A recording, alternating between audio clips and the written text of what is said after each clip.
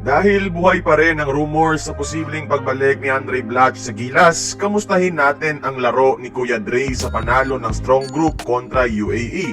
Kaya pa ba niya? Pero bago natin pag-usapan, palike naman ang ating video bilang suporta. Mag-enjoy at kumita sa endless basketball actions gamit ang 1xBet. Mag-register sa link sa comment section at gamitin ang ating promo code na BUCKET. Available na rin to sa Play Store at Apple App Store. Kaya ano pang hinihintay nyo, bet responsibly.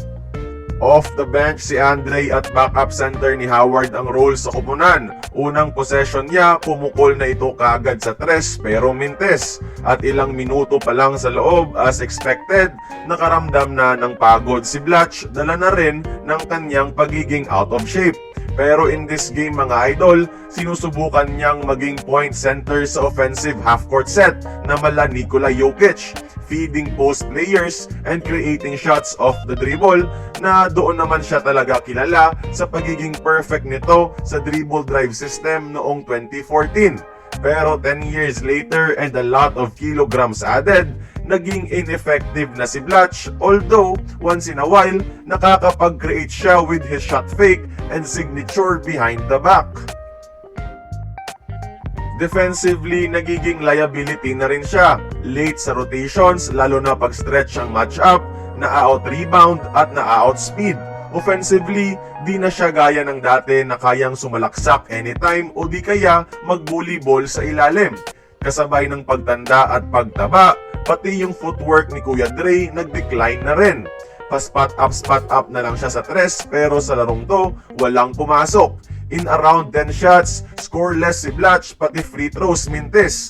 Kaya later in the game, parang sarcastically, hinahype at pinagtatawanan na lang siya ng mga fans. Yung tipong nakukuha ni Thanasis pag pumapasok sa court. Don't get me wrong dito ha, idol ko si Blatch and I would love to see him again in a Gilas jersey. Pero with the way he is playing, he has served his time para sa mga Pilipino. That's why, habang nakakapaglaro pa siya representing our flag and country, i-enjoy na lang natin while it lasts.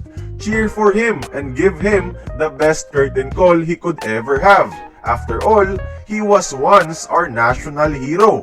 Kaya kayo mga idol, anong masasabi nyo sa nilalaro ngayon ni Kuya Andre Blatch? Join the conversation, magkomento lamang sa ibaba.